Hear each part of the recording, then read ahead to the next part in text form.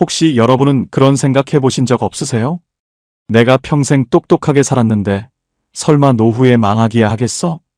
저도 그랬습니다. 아니, 저는 제가 세상에서 제일 똑똑한 줄 알았습니다. 천안에서 평생 초등학교 교단에 서며 수천 명의 아이를 가르쳤고 누구보다 성실하게 살았으니 제 노후는 당연히 꽃길일 줄만 알았습니다.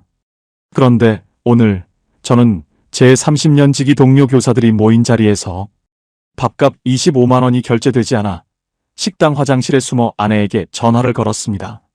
여보, 돈 좀 보내줘. 잔액이 부족하대. 그때 느낀 그 비참함과 자괴감은 평생 교사로 쌓아온 자부심을 단번에 무너뜨렸습니다. 매달 25일이면 꼬박꼬박 들어오는 연금 420만 원. 그 큰 돈이 대체 어디로 다 사라졌길래 67 나이에 저는 이토록 처절하게 무너진 걸까요? 불과 3년 전만 해도 세상은 제 것이었습니다. 아내와 저 둘 다 교사로 정년퇴직을 하니 연금 합계가 420만 원이 넘더군요. 거기에 평생 교직원 공제회에 부은 돈과 퇴직수당을 합치니 현금만 3억 원이 생겼습니다. 천안 불당동에 6억짜리 아파트 한 채까지 있으니 주변에선 다들 부러워 죽겠다고 난리였죠. 박 선생, 이제 고생 끝났네. 외제차 한 대 뽑고 골프나 치러 다녀. 그 소리에 취해버렸던 걸까요? 평생 아끼며 살았던 보상 심리가 늦바람처럼 찾아왔습니다. 차는 무조건 벤츠여야 한다며 3천만 원 선납하고 나머지는 할부로 지르고 모임만 가면 내가 낼게. 를 외치며 지갑을 열었습니다. 교직 생활할 때 못해본 허세를 은퇴하고 나서야 부리기 시작한 겁니다. 우리는 우리가 가진 돈이 화수분처럼 영원할 줄 알았습니다. 하지만 행복은 딱 1년이었습니다. 우리 부부의 유일한 아킬레스건인 외동딸이 문제였습니다. 부모 따라 선생 되겠다고 임용고시만 5년을 매달렸는데 결국은 안 되더라고요. 30 중반이 된 딸아이가 공인중개사 자격증이라도 따겠다며 학원을 다닐 때 부모로서 해줄 수 있는 건 돈밖에 없었습니다. 아빠, 나 공부는 체질이 아닌가 봐. 차라리 샤브샤브 장사를 크게 한번 해보면 어떨까? 그 말 한마디에 저는 퇴직금 3억 원을 몽땅 털어넣었습니다. 천안 성성동에 번듯한 대형 프랜차이즈 매장을 차려줬죠. 우리 딸 사장님 소리 들으면서 기 좀 펴고 살아라. 그런데 이게 지옥의 시작일 줄이야 누가 알았겠습니까? 2년 차부터 장사가 곤두박질 치는데 5년 계약이라 나가지도 못하고 월세 700만 원이 매달 생사를 깎아먹었습니다. 여기서 멈췄어야 했습니다. 하지만 우리 부부는 스스로를 너무 믿었습니다. 월세 700 내느니 대출받아 건물을 사자. 우리가 건물을 사면 월세 안 내고 이자만 내면 되잖아. 아파트를 담보로 4억, 상가 담보로 4억, 도합 8억 원을 대출받아 15억짜리 상가를 샀습니다. 이제 건물주도 됐고 딸 가게도 살렸으니 다 끝난 줄 알았죠. 그런데 말입니다. 인생은 우리가 가르치던 교과서처럼 흘러가지 않더군요. 미친 듯이 치솟는 금리와 벤츠 할부금, 그리고 아파트 관리비까지 매달 25일 연금 420만 원이 들어오면 딱 30분 만에 통장 잔액이 0원이 되었습니다. 화려한 벤츠를 타고 다니지만 기름값이 없어서 시동도 못 거는 날이 많아졌습니다. 남들 앞에서는 박 선생님, 건물주님 소리 듣지만 밤마다 아내와 저는 거실에 앉아 서로를 원망하며 피눈물을 흘렸습니다. 결국 저희는 모든 걸 내려놓기로 했습니다. 불당동 아파트를 팔고 상가를 금매로 넘기고 그 화려했던 벤츠도 처분했습니다. 그리고 지금 저희 부부는 천안 외곽 목천의 1억짜리 전세 빌라로 이사를 왔습니다. 자식 인생 지켜주려다 제 인생을 통째로 잃어버릴 뻔한 끝에 내린 결론이었죠. 여러분, 연금 420만 원 받는 교사 부부가 빌라로 이사 갔다고 하니 불쌍해 보이시나요? 아니면 꼴 좋다고 손가락질하고 싶으신가요? 놀랍게도 저는 요즘 30년 만에 가장 깊은 잠을 잡니다. 제가 왜 모든 걸 처분하고 이곳으로 왔는지, 그리고 빚 없는 420만 원이 왜 15억짜리 건물보다 더 귀한 것인지, 오늘 제 처절한 실패와 뒤늦은 깨달음을 하나도 숨김없이 말씀드리겠습니다. 지금 혹시 자식의 뒤를 봐주고 계시나요? 아니면 무리하게 대출받아 노후를 걸고 계시나요? 제 이야기가 여러분의 마지막 경고등이 되어드릴 겁니다. 과연 제가 인생을 포기한 걸까요? 아니면 진짜 자유를 찾은 걸까요? 끝까지 들어보시면 그 답을 알게 되실 겁니다. 천안에서만 35회를 교단에 서 있었습니다. 아이들 떠드는 소리, 분필 가루 날리는 교실, 그게 제 인생의 전부였죠. 정년 퇴직하던 날 교문을 나서는데 기분이 묘하더라고요. 시원섭섭하기도 했지만 한편으로는 어깨가 딱 벌어졌습니다. 받거나 고생했다. 이제 나라에서 주는 월급 받으면서 편히 쉬자. 제 아내 지선이도 1년 먼저 퇴직한 초등교사였습니다. 둘이 합쳐서 매달 나오는 공무원 연금이 420만 원이었죠. 요즘 세상에 대기업 다니는 자식들도 부모한테 이만큼 못 갖다 줍니다. 거기에 평생 교직원 공제회에 꼬박꼬박 부어둔 돈이랑 퇴직수당을 합치니 3억 원이 넘는 현금이 제 통장에 꽂히더군요. 불당동에 6억짜리 아파트도 있겠다. 빚 하나 없는 인생이니 서울 부자 부럽지 않았습니다. 평생 저는 참 검소하게 살았습니다. 아이들 가르치는 사람인데 차도 국산 중형차만 10년 넘게 탔고 옷 한 벌 사 입는 것도 벌벌 떨었죠. 그런데 은퇴를 하니 보상심리라는 게 무섭게 찾아오더라고요. 여보, 우리 평생 고생했는데 이제 차 정도는 좋은 거 타도 되잖아. 제 말에 아내도 못 이기는 척 고개를 끄덕였습니다. 생각처럼 쉽지 않았어요. 막상 수입차 매장에 가니 억소리가 나더군요. 그래도 기죽기 싫어서 제일 잘 나가는 벤츠 E클래스를 골랐습니다. 현금 3천만 원 딱 걸고 나머지는 할부로 돌렸죠. 취등록세에 자동차 보험료까지 내고 나니 목돈이 쑥 빠져나갔지만 그까짓 거 연금 420만 원 나오는데 뭐가 걱정인가 싶었습니다. 할부금이 한 달에 120만 원씩 나가도 우리 부부 생활비로 300만 원은 남으니 충분하다고 믿었죠. 벤츠를 끌고 동창회나 교우회 모임에 나가면 사람들의 눈빛부터 달라졌습니다. 야, 박 선생, 차 바꿨네? 역시 연금 부자는 다르다니까. 그 소리가 왜 그렇게 달콤하던지요. 식사가 끝나면 제가 먼저 카운터로 달려갔습니다. 어허, 다들 가만히 있어. 오늘은 내가 낼게. 나 연금 420만 원 받는 사람이야. 알고 보니 그게 아니었어요. 그렇게 한 번 모임에 나갈 때마다 20만 원, 30만 원씩 쓰는 게 우습게 느껴졌습니다. 천안 불당동 카페거리에서 비싼 커피 마시고 백화점 가서 아내 명품 가방 하나 사주는 게 은퇴자의 품격이라고 생각했죠. 내 통장에 꽂힌 3억 원이 영원히 줄어들지 않을 금고처럼 보였습니다. 하지만 그때까지만 해도 우리는 몰랐습니다. 우리 인생의 가장 큰 폭풍우는 돈이 아니라 우리가 가장 사랑하는 딸아이에게서 시작될 거라는 사실을요. 연금 420만 원은 우리 부부를 지켜줄 방패가 아니라 오히려 우리를 나태하게 만든 독이 든 성배였다는 걸 나중에서야 뼈저리게 깨달았습니다. 천안 불당동 집은 참 조용합니다. 새벽이면 가끔 거실에 나와 앉아 있는데 저복도 끝 닫혀있는 딸아이의 방문을 볼 때마다 가슴에 바위덩어리를 올려놓은 것 같았습니다. 제 딸 은지는 올해로 36입니다. 부모가 둘 다 교사니 본인도 당연히 선생이 될 줄 알았겠죠. 노량진 고시원에서 컵밥 먹으며 임용고시에 매달린 게 벌써 5년이 넘었습니다. 명절마다 친척들이 은지는 언제 발령 나느냐 물을 때마다 제 아내는 화장실에 가서 몰래 울었습니다. 저희 부부야 퇴직하고 공무원 연금 420만 원 받으며 떵떵거리고 살지만 정작 내 새끼는 30 중반이 넘도록 제 앞가림도 못하고 있으니 그게 다 제 죄 같더라고요. 여보, 은지가 어제 하루 종일 방에서 안 나오네.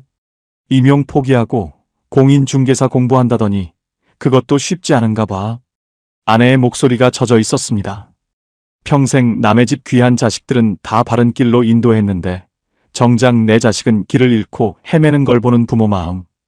이건 겪어보지 않은 사람은 절대 모릅니다. 그러던 어느 날 딸아이가 눈을 반짝이며 제안을 하나 하더군요. 아빠, 나 이제 공부는 진짜 끝인 것 같아. 대신 나 장사 한번 해보고 싶어. 성성동에 샤브샤브 프랜차이즈가 들어오는데 여기가 천안에서 제일 핫하대. 딸아이가 내민 사업 계획서를 보니 제법 그럴듯했습니다. 무엇보다 매일 죽어있던 아이의 눈에 생기가 도는 걸 보니 마음이 흔들리더라고요. 생각처럼 쉽지 않았어요. 프랜차이즈 본사에서는 무조건 60평 이상 대형 매장을 요구했습니다. 인테리어비에 가맹비, 보증금까지 합치니 무려 3억 원이 필요하다더군요. 제 아내는 걱정부터 앞섰지만 저는 오기가 생겼습니다. 우리가 돈이 없냐, 가오가 없냐? 내 새끼 기 한번 살려주자. 은퇴하고 받은 퇴직금, 어차피 자식 주려고 모은 거 아니야? 그때는 몰랐습니다. 그 3억 원이 우리 가족을 벼랑 끝으로 밀어넣는 입장권이 될 줄은요. 아빠, 나 이번엔 진짜 잘해볼게. 나중에 아빠 연금보다 더 많이 벌어서 효도할게. 환하게 웃는 딸의 모습에 저는 자부심까지 느꼈습니다. 명색이 선생 출신 아빠인데 이 정도 뒷바라지도 못해주나 싶었죠. 은행에 가서 평생의 피땀이 서린 3억 원을 한 번에 이체했습니다. 은행원이 고액 이체라고 이것저것 묻길래 제가 딱 그랬습니다. 우리 딸 사업 자금입니다. 허허, 젊은 사람이 도전하겠다는데 도와줘야죠. 돈이 빠져나간 텅 빈 통장을 보는데 이상하게 마음이 홀가분하더라고요. 여보, 이제 우리 은지도 사장님이야. 당신도 학교 다닐 때처럼 애기 죽이지 말고 좀 치켜 세워줘. 저는 아내에게 큰 소리를 떵떵 쳤습니다. 우리는 매달 420만 원이라는 든든한 연금 방패가 있으니 3억쯤 없어도 사는데 아무 지장 없다고 믿었습니다. 오히려 딸아이가 성공해서 천안에서 소문난 대박집 사장이 되는 상상을 하며 잠을 설쳤죠. 근데요, 인생이 참 무서운 게 꼭 행복하다고 믿는 순간에 가장 큰 구멍이 뚫리더라고요. 샤브샤브 매장을 계약하던 날 딸아이가 서명한 그 5년 임대차 계약서가 우리 부부의 노후를 통째로 삼켜버릴 괴물이 될 거라는 건 상상조차 하지 못했습니다. 여러분, 혹시 여러분도 자식의 간곡한 부탁에 내가 안 도와주면 누가 도와주나 싶어 지갑을 열고 계시지는 않나요? 그게 독약인지 보약인지도 모른 채 말입니다. 제가 그 3억 원을 보낼 때 제 아내의 떨리는 손을 한 번만 더 잡아줬어야 했는데 그때의 제가 너무나 원망스럽습니다.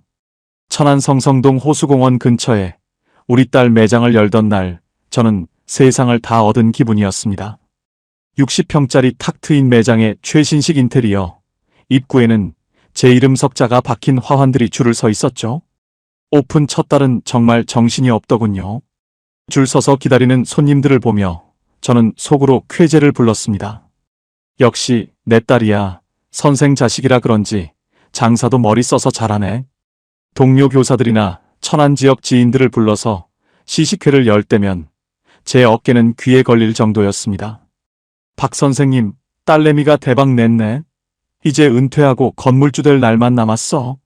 그 소리에 취해 저는 매일같이 벤츠를 끌고 성성동을 제 집 드나들 듯 했습니다. 딸아이가 번 돈으로 용돈이라도 줄라 치면 손사래를 쳤죠. 아빠 연금 420만 원 나오는 거 알지? 너나 잘 챙겨. 아빠가 내 뒷배야. 근데요, 인생이란 게 참 얄궂더라고요. 오픈빨이라는 게 빠지기 시작하니까 성성동의 그 화려한 야경이 무섭게 느껴지기 시작했습니다. 1년이 지나고 2년 차에 접어드는데 우후죽순 생겨나는 경쟁 업체들의 손님을 뺏기기 시작한 겁니다. 매달 들어오는 매출은 줄어드는데 나가는 돈은 요지부동이었습니다. 가장 무서운 건 역시 월세였습니다. 60평 대형 매장이라 월세가 무려 700만 원이었거든요. 장사가 잘 될 때는 껌값 같더니 손님이 줄어드니 그 700만 원이 매달 제 심장을 옥죄는 족쇄가 되더군요. 거기에 인건비, 재료비, 대출 이자까지. 딸아이 얼굴은 반쪽이 됐고 제 아내는 밤마다 머리를 싸매고 누웠습니다. 문제는 여기서 끝이 아니었습니다. 가게를 접고 싶어도 본사와의 5년 계약이 발목을 잡았습니다. 지금 나가려면 권리금은커녕 거액의 위약금을 물어내야 했죠. 가게를 내놔도 경기가 안 좋으니 임자가 나타나질 않았습니다. 아빠, 나 어떡해? 나 때문에 아빠 퇴직금 다 날리는 거 아니야? 울먹이는 딸을 보며 저는 다시 한번 선생님식 계산기를 두드리기 시작했습니다. 여보, 우리가 똑똑하게 생각해보자고. 매달 월세로 700만 원씩 버리느니 차라리 이 건물을 우리가 사는 게 어때? 제 말에 아내는 눈이 휘둥그레졌습니다. 하지만 제 논리는 완벽해 보였습니다. 월세 700만 원이면 1년에 8,400만 원, 5년이면 4억이 넘는 돈이 생돈으로 나가는 거니까요. 그 돈으로 이자를 내면 건물이 남는다는 계산이 섰던 겁니다. 우리는 우리가 가진 패를 모두 던지기로 했습니다. 살고 있던 불당동 아파트를 담보로 4억 원을 빌렸습니다. 그리고 살려는 상가 건물을 담보로 4억 원을 더 끌어왔죠. 도합 8억 원의 대출.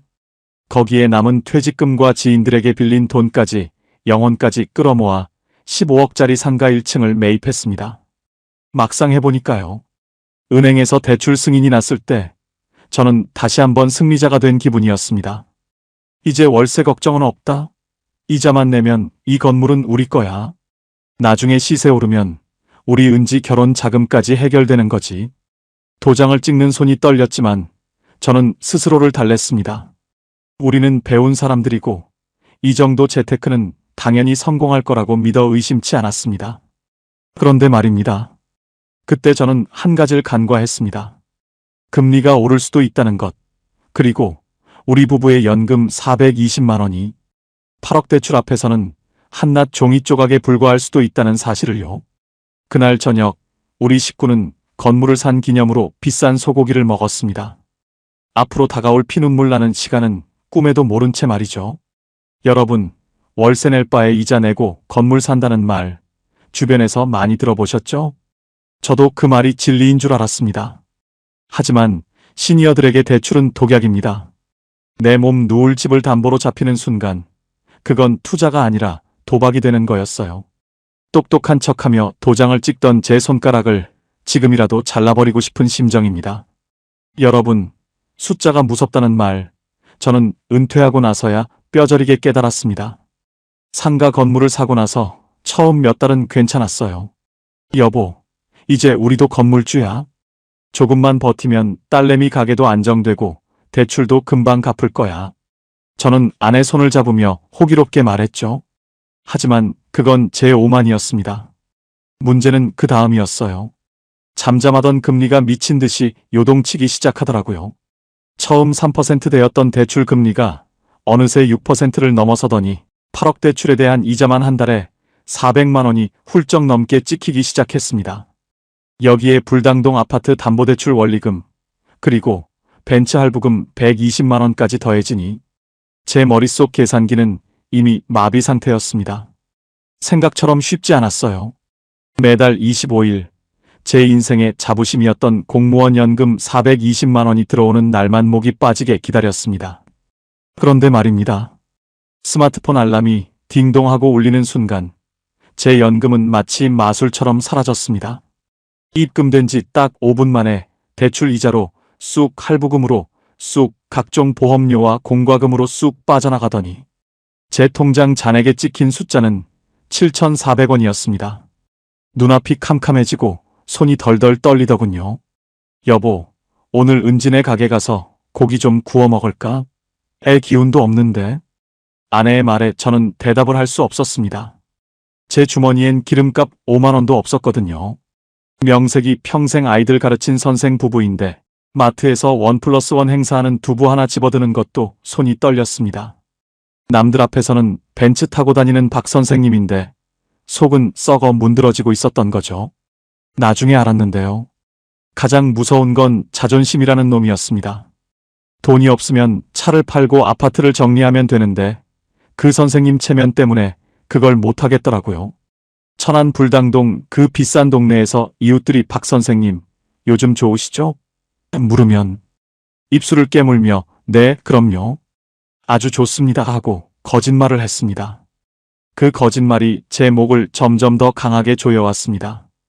혹시 이 글을 듣고 계신 분 중에 겉으론 멀쩡한데 속으론 카드 돌려막기나 대출 이자 때문에 밤잠 설치는 분 계신가요?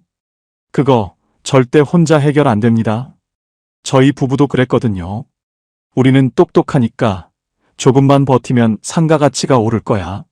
이 멍청한 확신이 우리를 지옥으로 더 깊숙이 밀어넣고 있었습니다. 아내와의 대화도 끊겼습니다. 거실에 같이 앉아 있어도 서로의 눈을 피했습니다. 말을 섞으면 결국 돈 이야기고 돈 이야기는 곧 서로에 대한 원망으로 번졌거든요.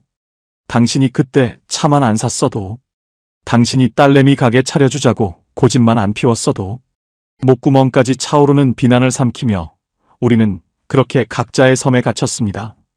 여기서 끝이 아니에요. 더 큰 문제는 딸아이의 가게였습니다.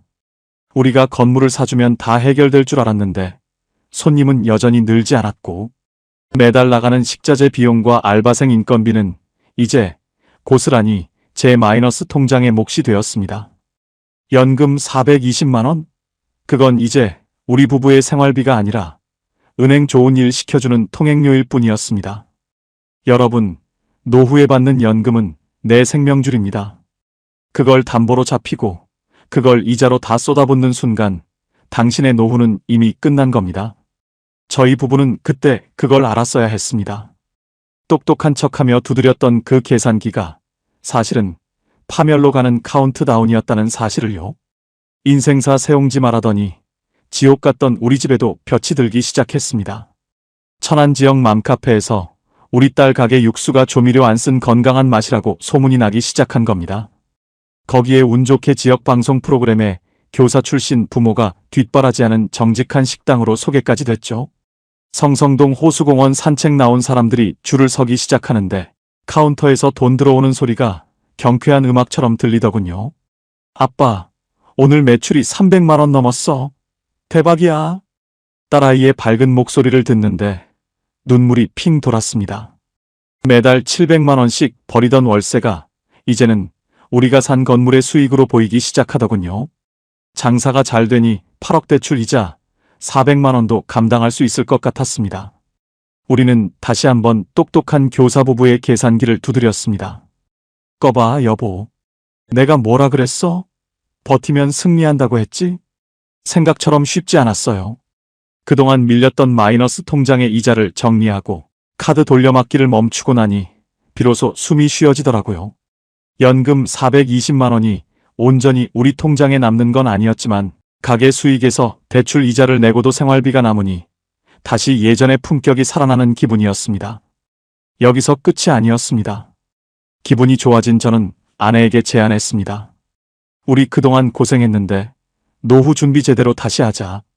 요즘 금리도 좋은데 저축성 보험 하나 더 들고 은지 이름으로 연금 보험도 하나 넣어주자고. 우리는 다시 한번 허세를 부리기 시작했습니다. 가게 수익이 영원할 줄 알고 그동안 못 썼던 돈을 보상받으려는 듯 씀씀이를 키웠죠. 벤츠 할부금도 이제는 전혀 무겁게 느껴지지 않았습니다. 막상 해보니까요. 돈이 들어오니 사람 마음이 참 간사하더군요. 어제까지만 해도 아파트 팔고 빌라로 이사 가야 하나 고민하던 사람 맞나 싶었습니다. 우리는 다른 사람들하고 달라. 배운 사람들이라 위기를 기회로 만든 거야. 저는 동창 모임에 나가 다시 골든벨을 울리기 시작했습니다. 우리 딸 가게 성성동에서 제일 잘 나가. 나중에 다들 놀러와. 내가 풀코스로 쏜다. 알고 보니 그게 아니었어요. 우리가 누렸던 그 잠깐의 평화는 거대한 파도가 덮치기 직전의 고요함이었습니다. 가게 매출은 올랐지만 식재료 값과 인건비도 동시에 미친 듯이 올랐다는 걸 외면했습니다. 건물 대출 8억의 원금 상환 유예 기간이 끝나가고 있다는 사실도 애써 무시했죠. 장사가 이렇게 잘 되는데 무슨 걱정이야? 이 멍청한 확신이 우리 부부의 눈을 가리고 있었습니다. 여러분, 혹시 이제 다 해결됐다 싶을 때가 가장 위험하다는 사실 알고 계신가요? 빚으로 세운 성은 모래성보다 더 쉽게 무너집니다. 저희 부부는 그 화려한 성 안에서 축배를 들고 있었습니다. 발밑에 모래가 씻겨 내려가는 줄도 모르고 말입니다. 그때 아내 지선이가 제게 말하더라고요. 여보, 우리 지금이라도 상가 팔고 빚부터 갚으면 안 될까? 왠지 이 행복이 너무 불안해. 그때 아내 말을 들었어야 했습니다. 하지만 저는 당신은 세상 물정을 몰라도 너무 몰라라며 면박을 주었습니다. 똑똑한 척하던 제가 사실은 우리 가족을 지옥으로 끌고 들어가는 저승사자였다는 걸 그때는 꿈에도 몰랐습니다. 그런데 말입니다. 인생은 제 편이 아니었습니다.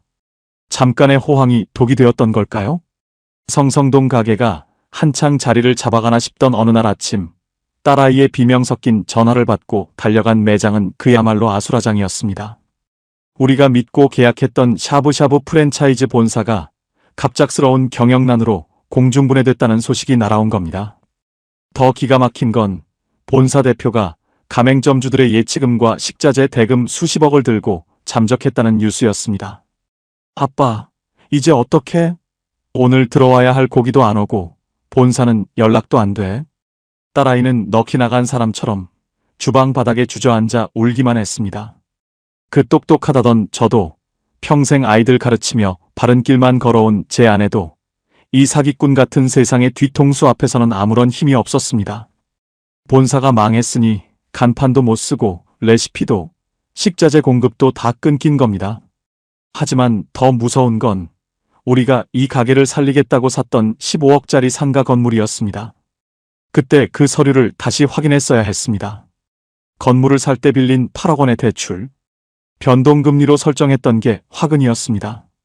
미국인가 어디서 금리를 올린다는 뉴스가 나오더니 우리 집으로 날아온 고지서에는 믿기지 않는 숫자가 적혀 있었습니다. 이자만 한 달에 500만 원이 넘어가기 시작한 겁니다. 거기에 아파트 담보대출 원리금 200만 원, 벤츠 할부금 120만 원, 매달 25일 들어오는 공무원 연금 420만 원은 이제 코끼리 비스킷도 안 됐습니다. 연금이 입금되는 소리가 들리기도 전에 은행에서 이자, 미납 안내 문자가 먼저 날아오더군요. 가게는 본사가 망해서 영업도 제대로 못하는데 대출 이자는 단 하루도 쉬지 않고 불어났습니다. 대출이라는 게 이렇게 무서운 건 줄 67이 되어서야 알았습니다. 내 피 같은 연금을 은행에 통째로 갖다 바치고도 모자란 돈을 메꾸려 또 다른 보험 약관 대출을 알아봐야 하는 처지가 된 겁니다. 순간 마음이 철렁했어요. 거실에서 들려오는 아내의 울음소리가 꼭 죽어가는 짐승의 소리처럼 들렸거든요. 평생 교사로 존경받으며 품위 있게 살던 여자가 이제는 마트 마감 세일 시간에 맞춰 나가서 깎아주는 나무를 찾는 처지가 됐으니 얼마나 비참했겠습니까? 여보, 우리 은지 임용고시 실패했을 때 그냥 조금 쉬게 할걸. 왜 우리가 장사를 시켜서 이 난리를 만들었을까? 아내의 원망 섞인 말에 저는 아무 대답도 할 수 없었습니다. 우리는 우리가 똑똑해서 건물을 사고 가게를 살릴 수 있을 줄 알았습니다. 하지만 우리는 그저 자식이라는 약점에 눈이 먼 늙은 부모일 뿐이었죠. 은행은 우리를 건물주로 대접해주지 않았습니다. 그저 빚잘 갚는 우량 노예로 볼 뿐이었죠. 8억이라는 빚더미 위에서 우리 부부의 연금 420만 원은 아무런 힘도 쓰지 못하는 종이 조각이었습니다. 솔직히 말씀드리면 그날 밤 저는 베란다 아래를 내려다보며 나쁜 생각까지 했습니다.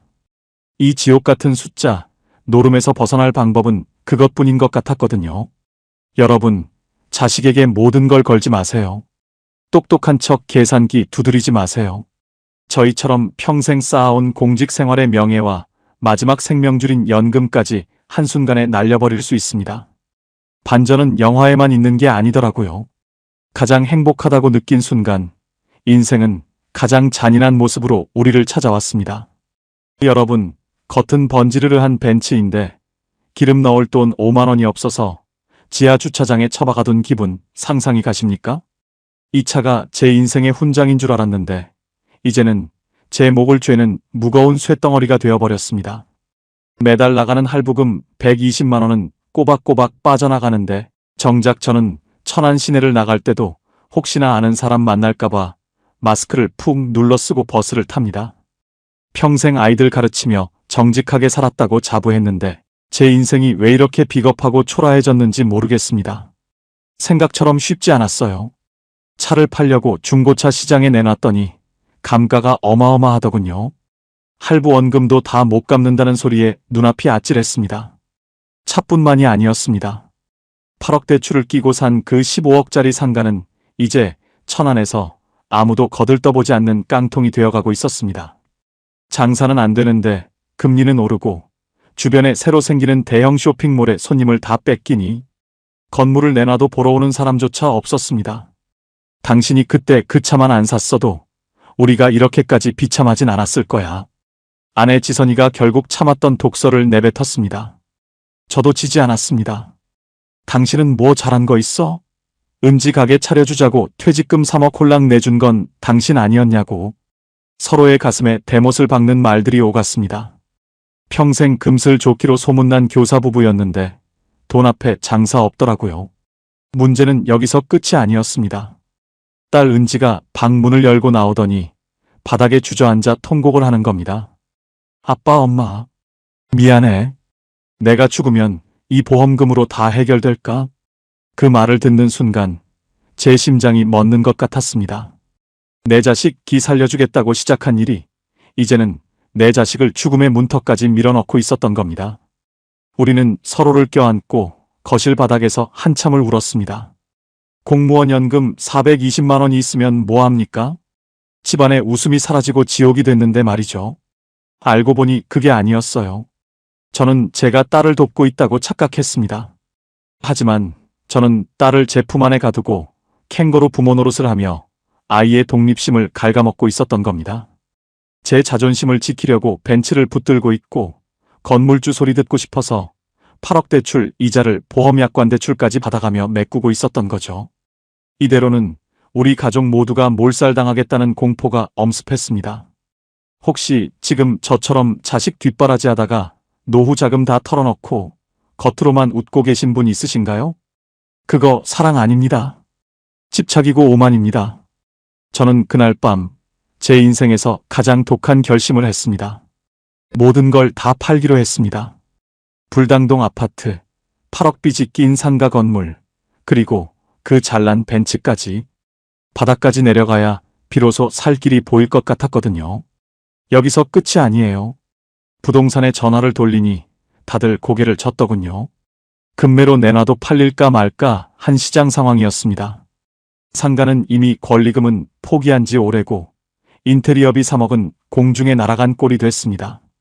아파트 담보대출 이자 원리금은 매달 숨통을 조여오는데 매일 아침 눈 뜨는 게 무서워 지옥 같았던 그 사투의 시간. 저는 비로소 돈의 진짜 얼굴을 마주하게 되었습니다.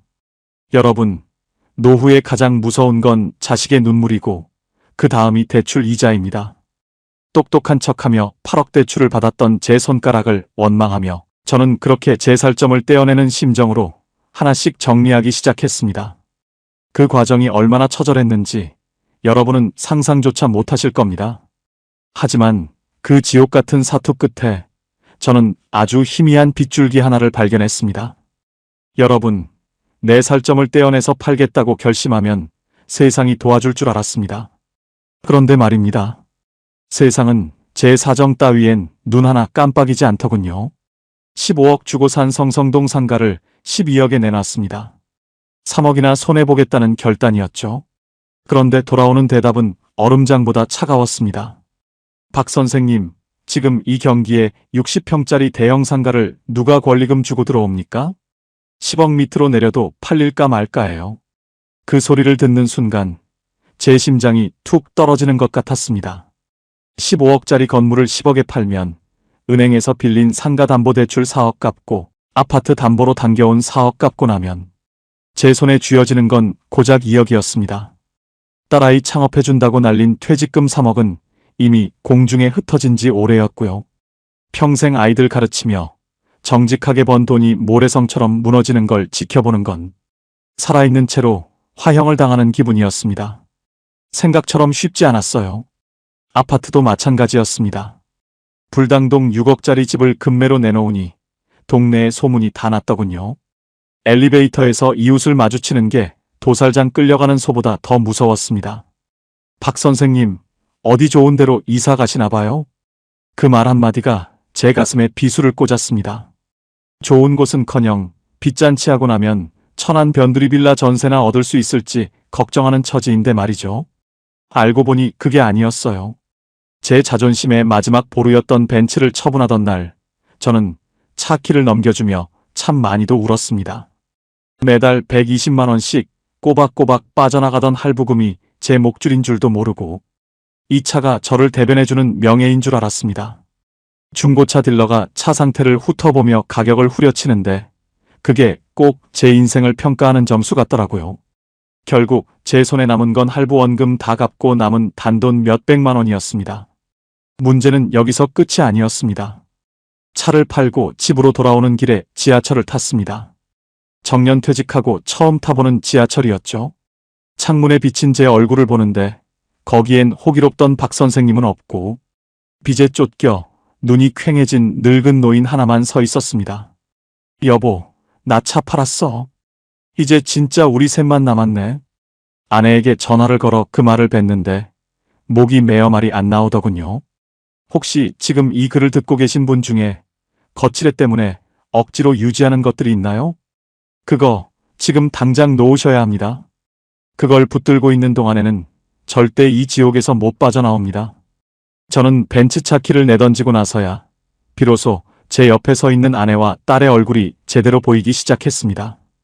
우리는 돈을 지키려다 서로를 잃어가고 있었던 겁니다. 여기서 끝이 아니에요. 집을 비워줘야 하는 날이 다가올수록 불안함은 극에 달했습니다. 8억 대출을 다 갚고 나니 정말로 우리에게 남은 건 딱 1억 남짓이었습니다. 6억짜리 아파트와 15억짜리 상가를 가졌던 부부가 순식간에 1억 전세방을 찾아야 하는 신세가 된 거죠. 친구들에게는 공기 좋은 곳으로 요양 간다고 거짓말을 했습니다. 교사 출신 자존심이 마지막까지 저를 괴롭히더라고요. 하지만 딸 은지가 제 손을 잡으며 그러더군요. 아빠, 나 이제 공부 다시 안 할래. 식당에서 설거지부터 다시 시작해서 내 힘으로 일어설게. 아빠 연금 뺏어 쓰는 거 이제 안 할 거야. 그 말 한마디에 8억 빚보다 무거웠던 제 마음이 조금은 가벼워졌습니다. 우리는 비로소 캥거루 가족에서 벗어나 각자의 발로 땅을 딛기로 했습니다. 여러분, 빚은 숫자가 아니라 마음의 병입니다. 똑똑한 척하며 8억 대출을 받고 건물주 소리 듣던 때보다 1억 전세 빌라를 계약하고 돌아오던 날 밤에 먹은 라면 한 그릇이 훨씬 더 맛있었습니다. 연금 420만 원을 온전히 우리 식비로 쓸 수 있다는 사실이 얼마나 큰 기적인지 여러분은 짐작이나 하시겠습니까? 이제 우리는 천안 변두리의 낡은 빌라로 갑니다. 엘리베이터도 없는 4층 집이지만 그곳에는 더 이상 우리를 괴롭힐 이자, 독촉장도 할부금 고지서도 없을 겁니다. 그곳에서 다시 시작하는 연금 420만 원의 생활이 어떤 모습일지, 그리고 빚없는 노후가 왜 진짜 성공인지는 말씀드리겠습니다. 저희 부부의 이 눈물겨운 정착기를 끝까지 들어봐 주십시오. 천안 불당동에서 목천으로 내려오는 길 고작차로 20분 거리인데 참 멀게도 느껴지더군요. 엘리베이터도 없는 낡은 빌라 4층으로 이삿짐을 나르는데 다리는 후들거리고 숨은 턱 끝까지 차올랐습니다. 평생 교단에서 대접만 받던 박 선생님이 이제는 자기 짐 하나 직접 못 옮겨서 쩔쩔매는 꼴이라니 참 우습기도 하죠. 근데요, 이상하게 마음은 깃털처럼 가벼웠습니다. 매달 제 등 뒤에서 칼날처럼 겨눠지던 그 8억 원의 대출 이자가 이 낡은 빌라 계약서 한 장으로 말끔히 사라졌기 때문입니다. 생각처럼 쉽지 않았어요. 아파트를 팔고 상가를 넘기고 벤츠까지 처분하고 나니 우리 손에 쥔 건 딱 1억 원이었습니다. 그 돈으로 이곳 목천에 전세 빌라를 얻었습니다. 친구들은 박 선생, 요양 간다더니 왜 소식이 없어? 라며 연락을 해오지만 저는 이제 그 전화기조차 꺼두고 삽니다. 체면이라는 껍데기를 벗어던지는 게 이렇게 아프고 힘들 줄은 몰랐거든요. 하지만 좁디 좁은 거실에 아내와 딸, 우리 셋이 마주 앉았을 때 비로소 알게 됐습니다. 우리가 그동안 얼마나 가짜 행복을 붙들고 살았는지 말입니다. 알고 보니 그게 아니었어요. 딸 은지가 변했습니다. 임용고시 실패하고 샤브샤브 가게까지 말아먹으면서 죽고 싶다던 그 아이가 이제는 새벽같이 일어나 집 근처 편의점으로 출근을 합니다. 아빠, 나 이제 공부 안 해. 대신 내 힘으로 땀 흘려서 돈 벌어볼게. 아빠 연금은 이제 아빠랑 엄마 노후 위해서만 써. 딸아이의 그 한마디가 수십억 건물보다 더 든든하게 느껴지더군요. 우리가 딸을 위한다고 했던 그 수억 원의 지원금이 사실은 아이의 날개를 꺾고 있었다는 걸 이제야 깨달았습니다. 여기서 끝이 아니에요. 저희 부부의 관계도 다시 봄날을 맞이했습니다. 매달 25일 통장에 공무원 연금 420만 원이 찍히는 순간 예전처럼 은행에서 빼가는 돈이 없습니다. 빚없는 420만 원이 이렇게 큰 돈이었나 싶어 아내와 저는 통장을 보고 또 봤습니다. 이자 낼 걱정 없이 마트 가서 고기도 사고 아내 영양제도 챙겨줄 수 있다는 게 얼마나 큰 기적인지 모릅니다. 보험료 조금 내고 관리비 내고 나도 한 달 생활비가 넉넉하게 남더라고요. 돈이 없어서 싸우던 우리가 이제는 남은 돈으로 어디 여행이나 갈까 고민하는 사이가 됐습니다. 막상 해보니까요. 노후에 가장 필요한 건 벤츠도 아니고 15억짜리 상가 건물도 아니었습니다. 내 몸 뉘일 편안한 집 한 칸, 그리고 누구에게도 빚지지 않은 정직한 내 연금 420만 원. 그거면 충분했습니다. 똑똑한 척하며 세상을 다 가지려 했던 제가 이제야 비로소 평범한 노인이 되어 행복을 누리고 있습니다.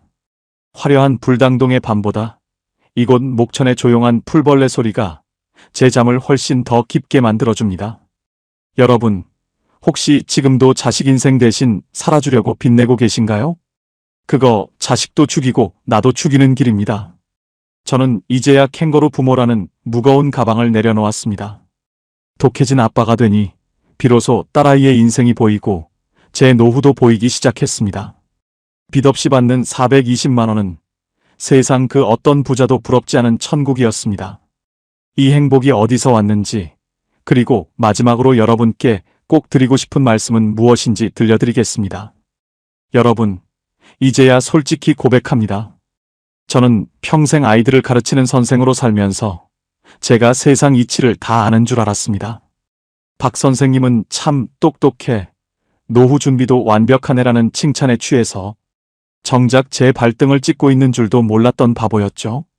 8억이라는 빚더미에 올라타서 벤츠 핸들을 잡고 불당동 아파트 거실에 앉아 있을 때 저는 매일 밤 심장이 터질 것 같은 공포 속에서 살았습니다.